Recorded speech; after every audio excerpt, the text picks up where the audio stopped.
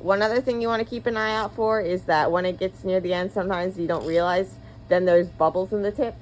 And so then that's something that you want to avoid as well. This is also really good for making aliquots if you're doing things like aliquoting some Bradford for a protein assay. Lots of really great uses for the repeater pipette. So again, you snap it in here. You pull this up to drag up your liquid. You press it down to squirt out the liquid. When you're done, you push this down and then push down that, and it comes out. Mm-hmm. So snap it in. And remember that if it's at an angle, that's not going to work. And so to get this off, you want to push down and then pull out. Then I'm going to snap it in. Hear that nice snap? Things are uneven.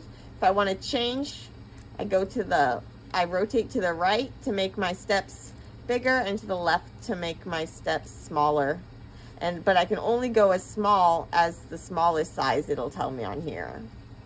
This one actually says it'll go to 25, but on here it only says it goes to 50, so not sure. But they also have a guide that you can use. And so you choose the tip based on the number of aliquots you want, but mainly the size of the aliquots that you want to make. But if you want to make like 50 microliter aliquots, you could do that with a number of different ones depending on your main volume. The bigger thing is when you want to go to the small volumes, then you want to make sure that you're using one that has the small increments that you want. So, go for it. Ryan, you want to try it out? Sure.